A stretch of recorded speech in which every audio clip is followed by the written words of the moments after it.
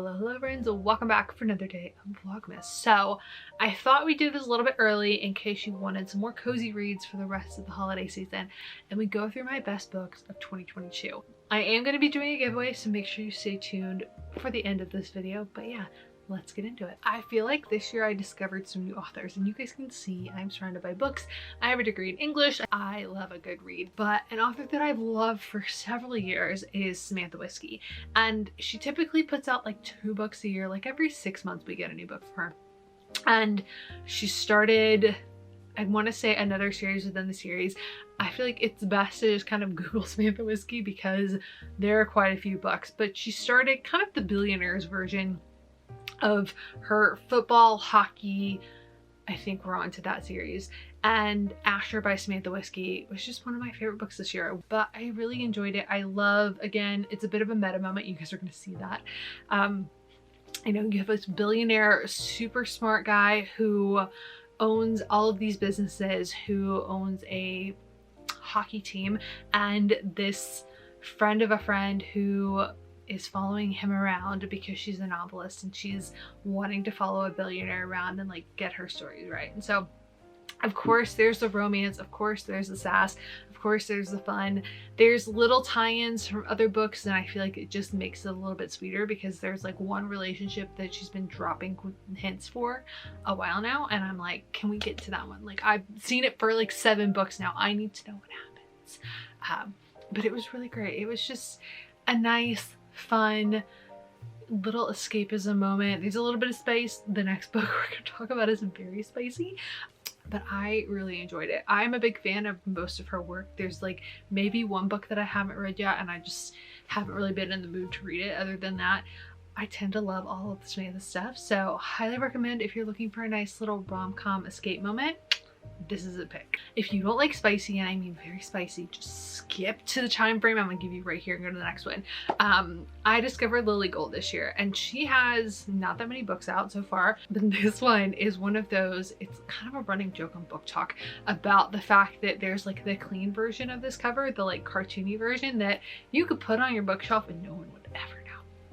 And then there's the version where it's like, if you're scrolling through Kindle Unlimited, sometimes you're unsure if you really want to click on something because the covers they put on there can be questionable.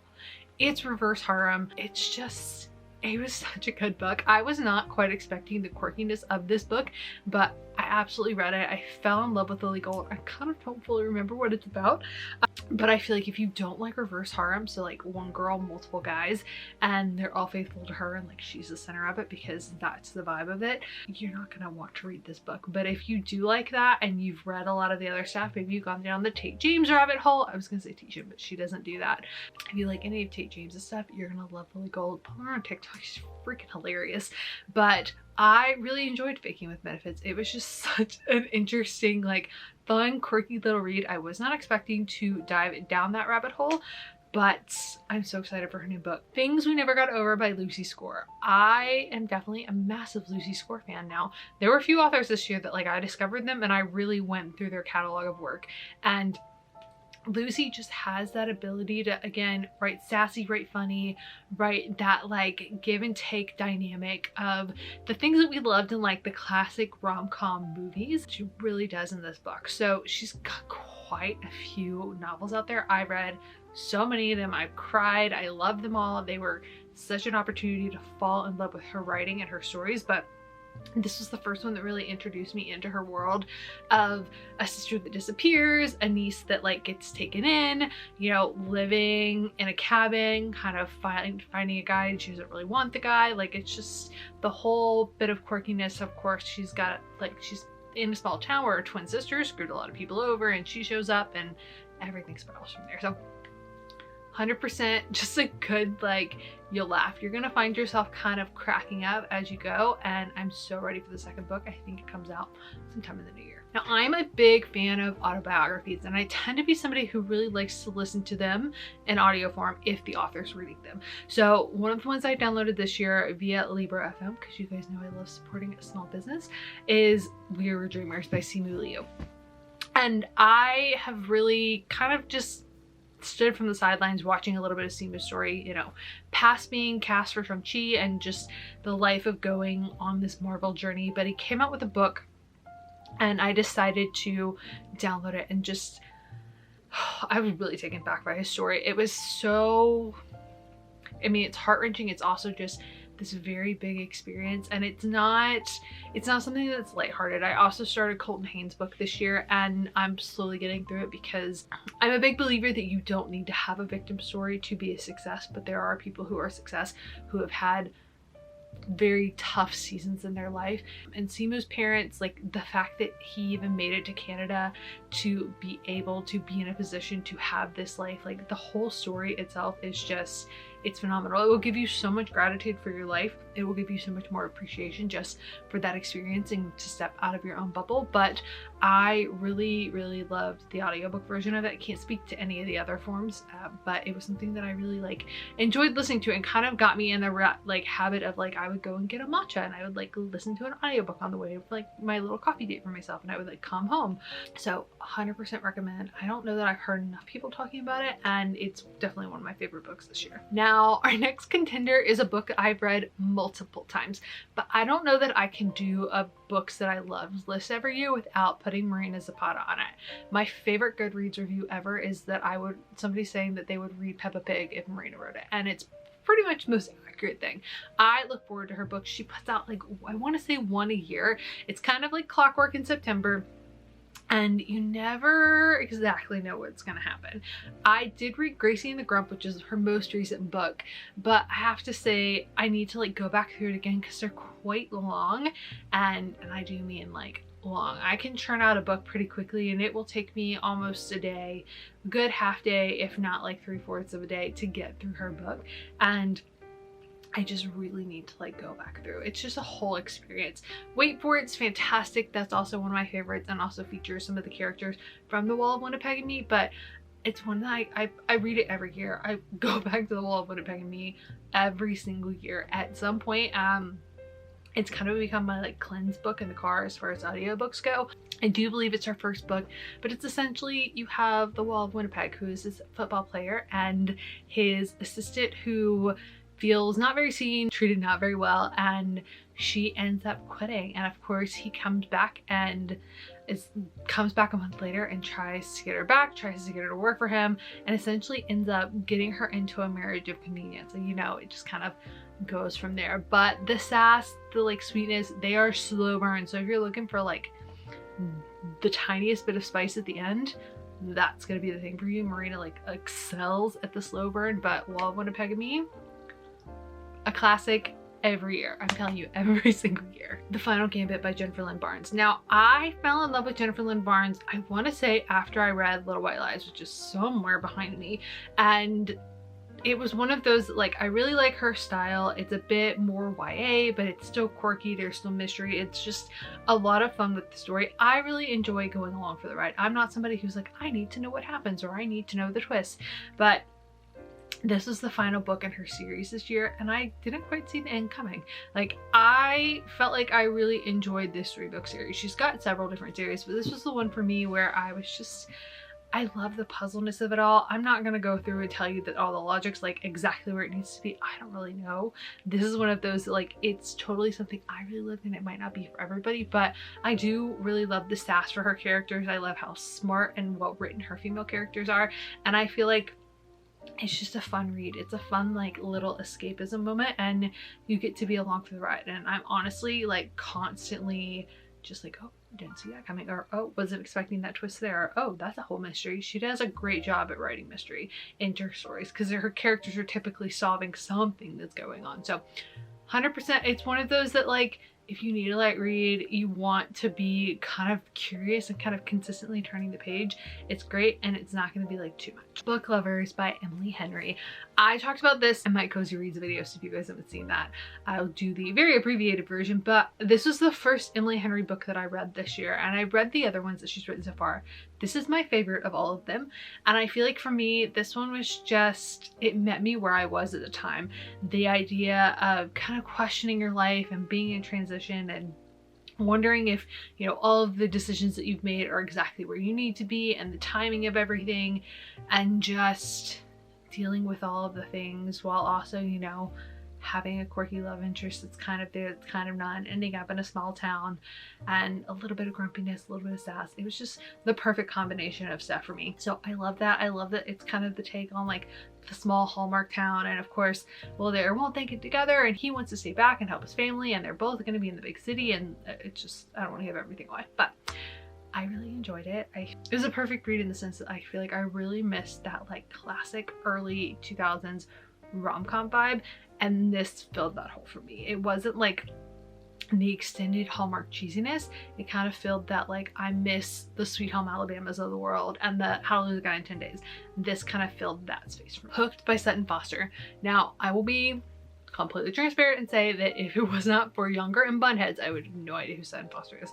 But I love her, and I really loved her in Younger.